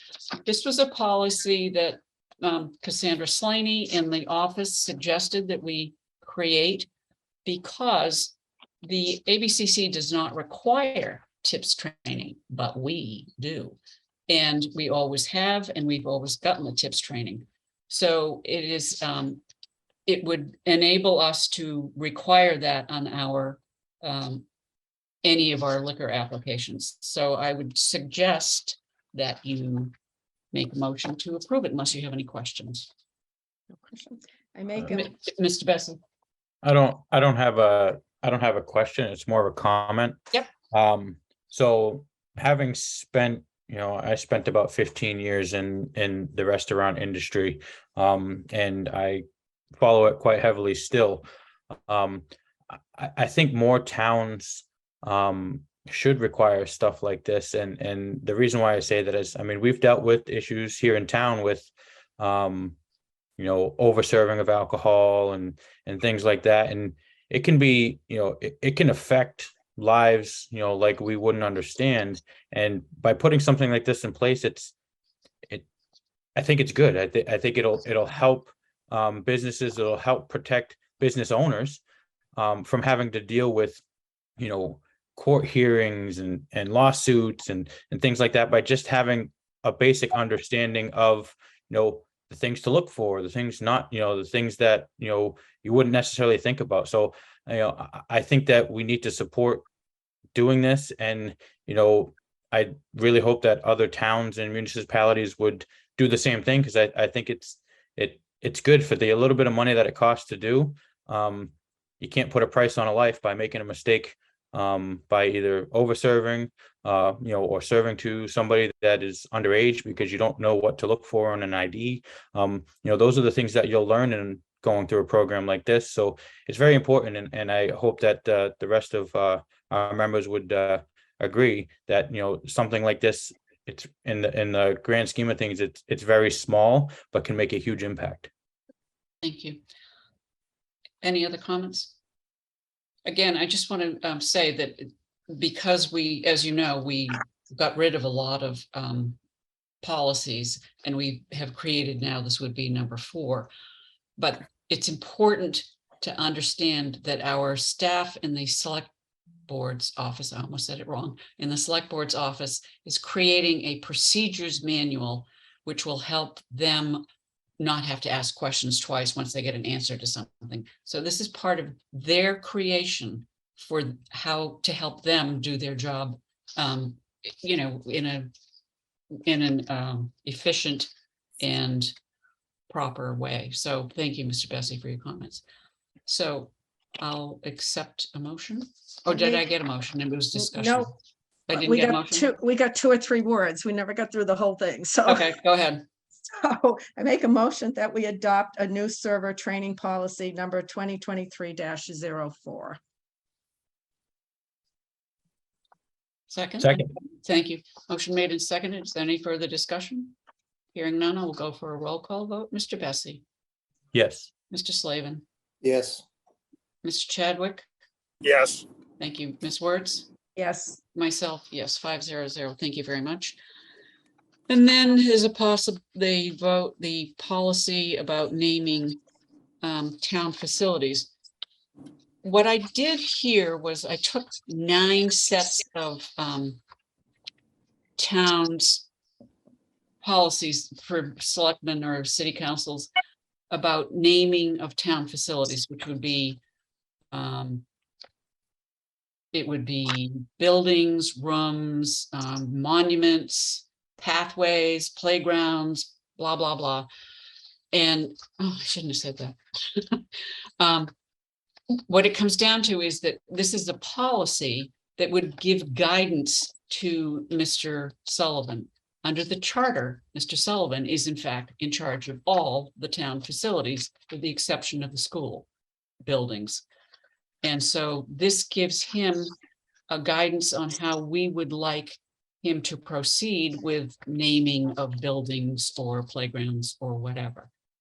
You did get a copy of it earlier this week, and if there are no questions about it, what I did was I condensed the 9 into a couple of paragraphs in the, as Ms. Wertz said, concise and precise.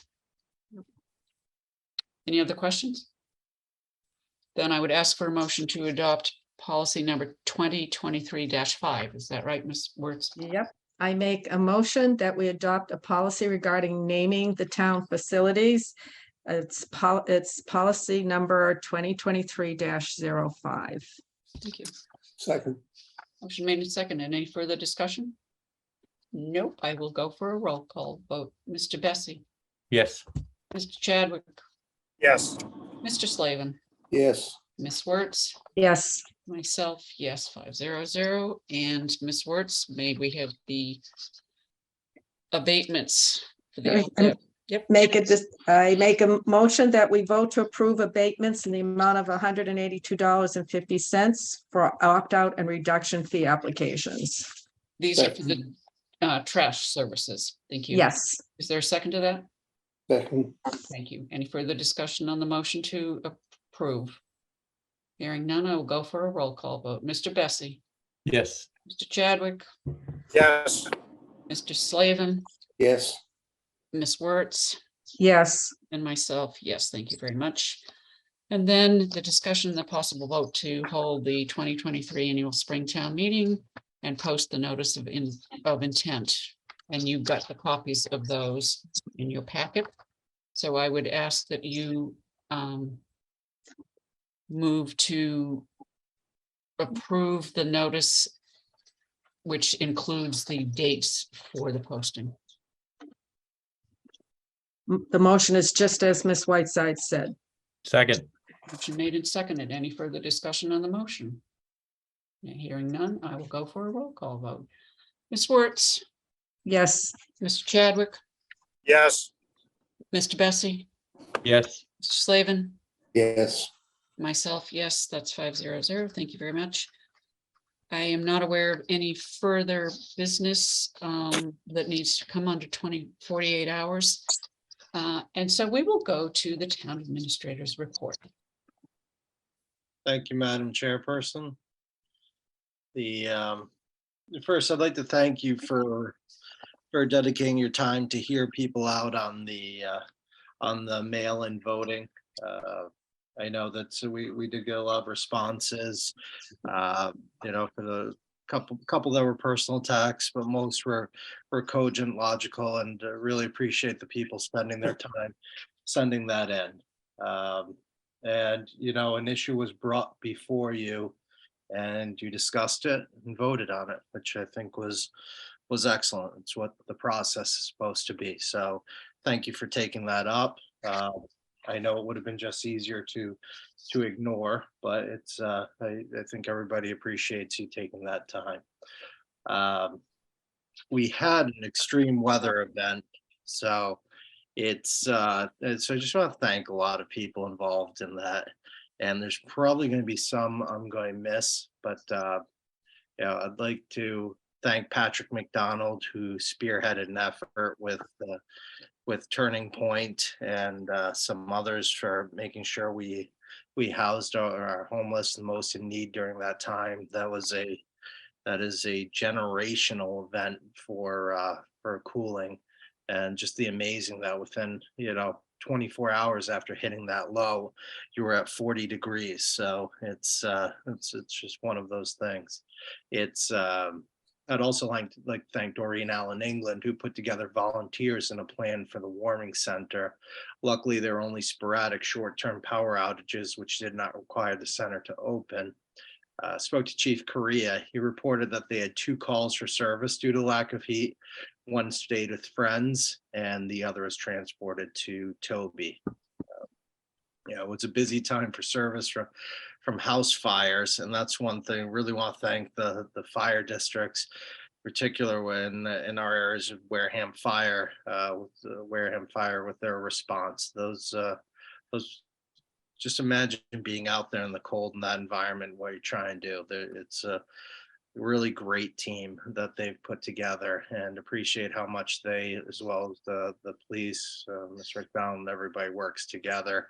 The EMS who was responding to calls. We had inspectional services out. Municipal maintenance was out checking the buildings, our town buildings nonstop. Then because of those, the fires with the water that was put out, which led to some other burst pipes, they were out there sanding, making sure the roads were safe.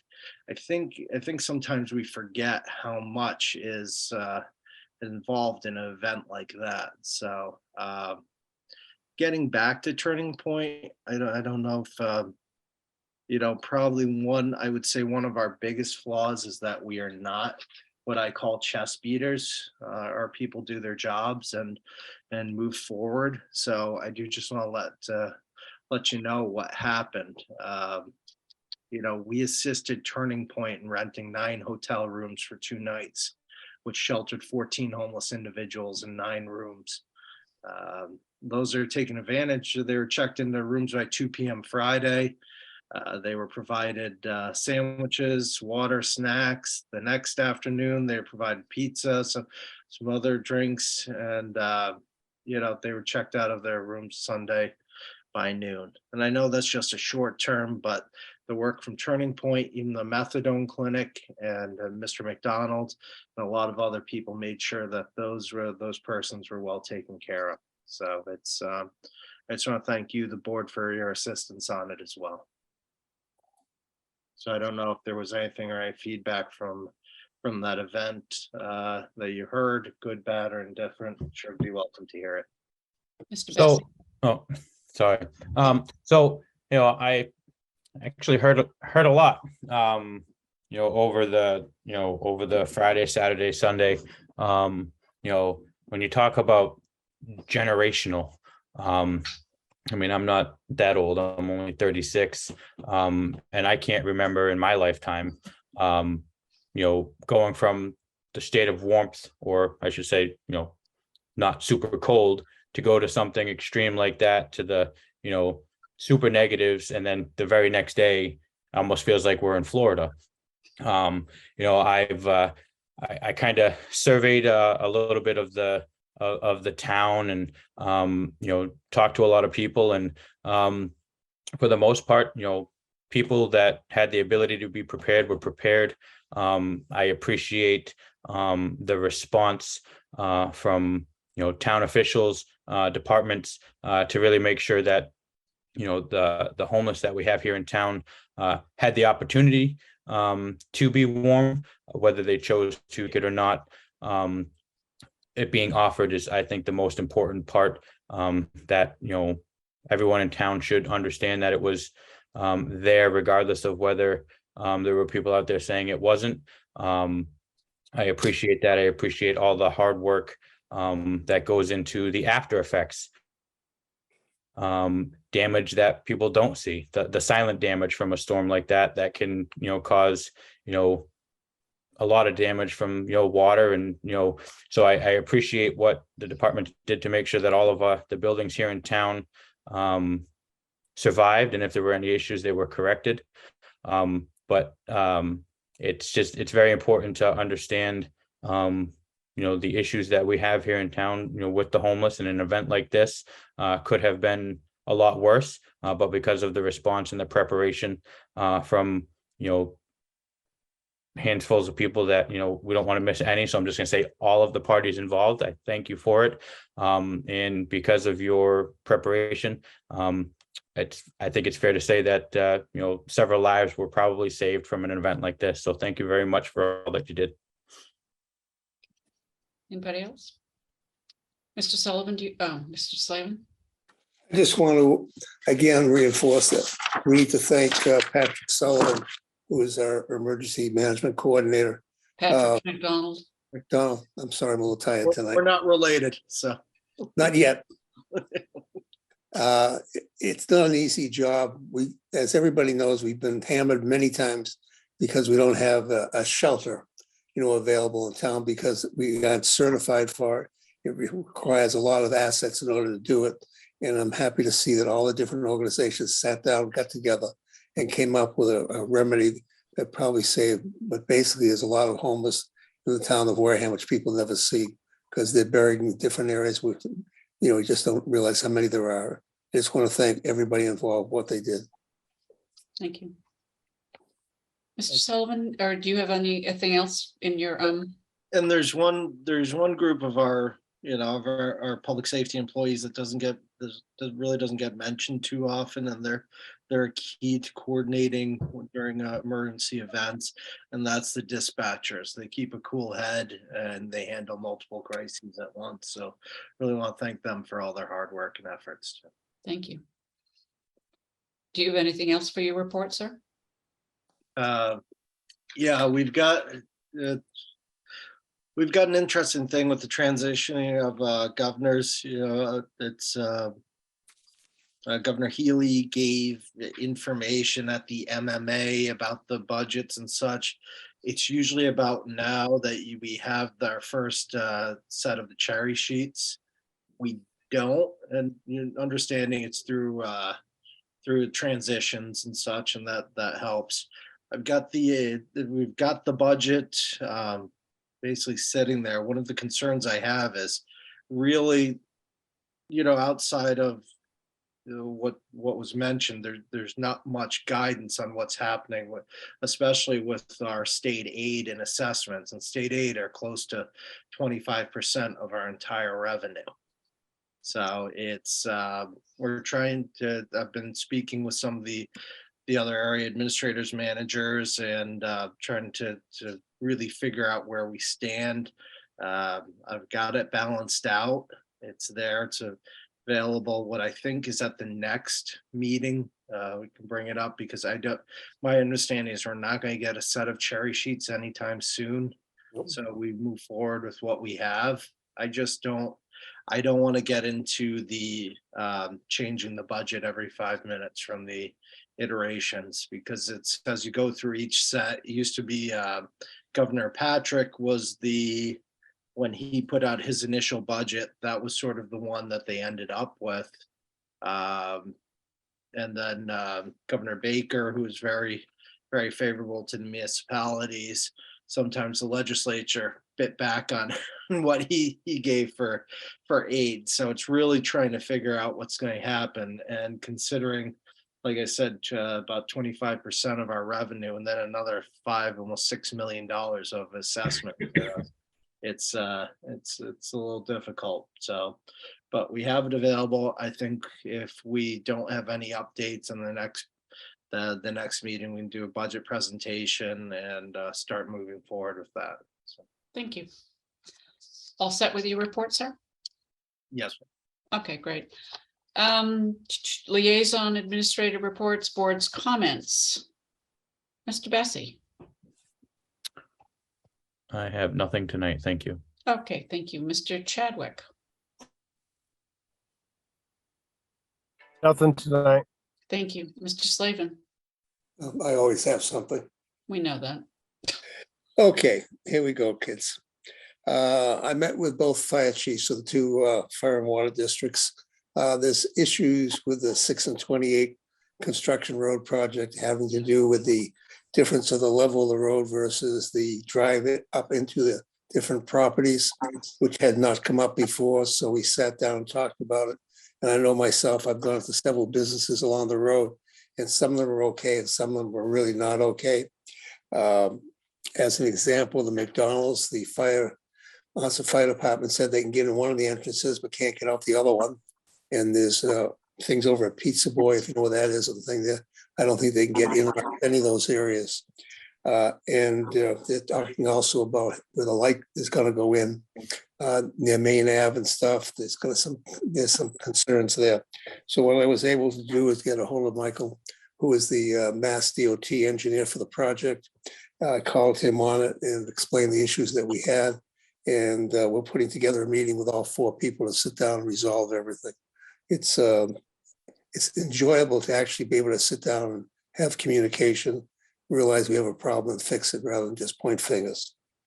The issue that I put on hold, the bike path, I just want to take a couple minutes and I apologize.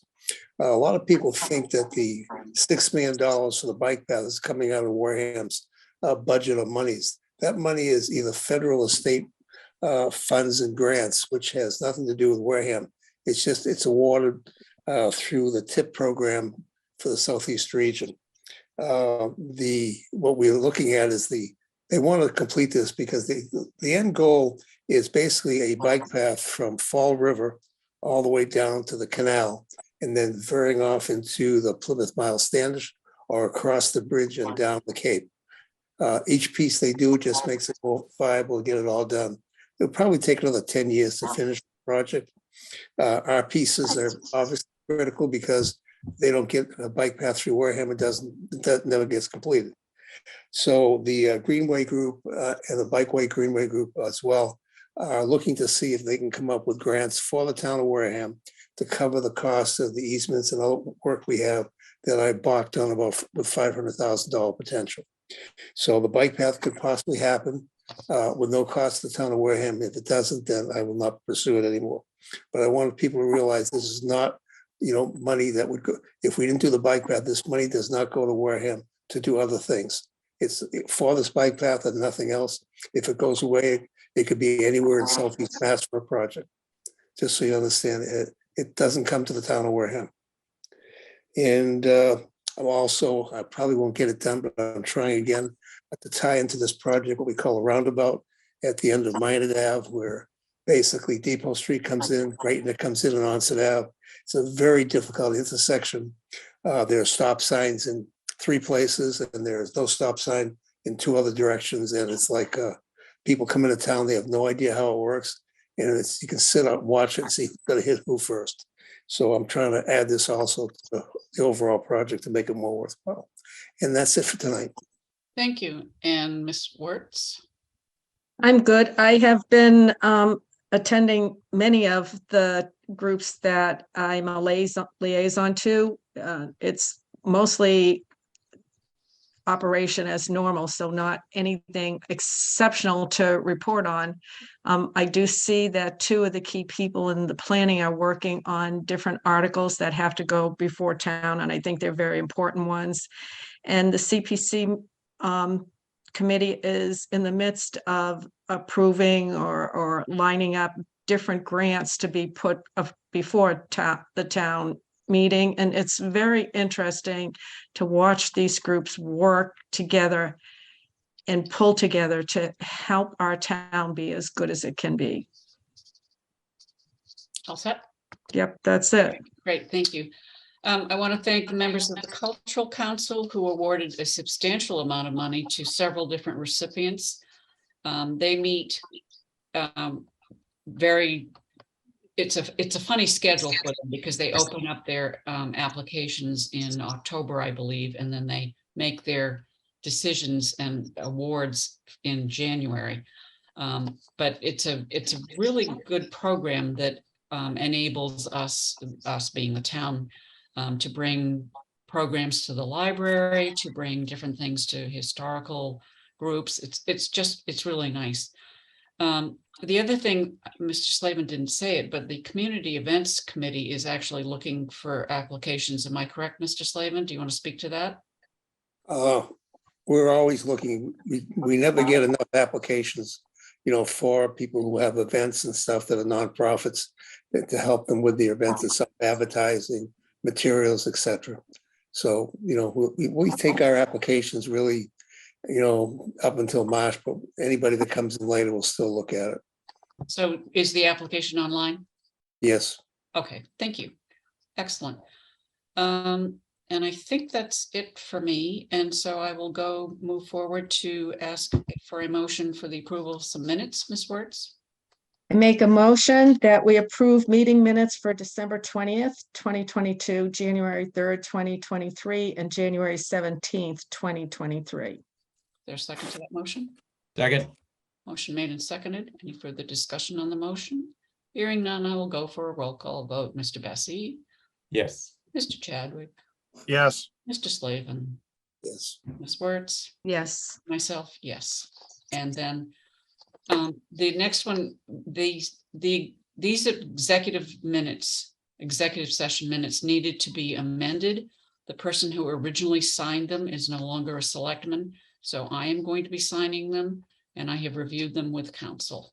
Ms. Wertz. So I make a motion that we approve the amended executive session minutes for October 5th, 2021, November 9th, 2021, and November 16th, 2021.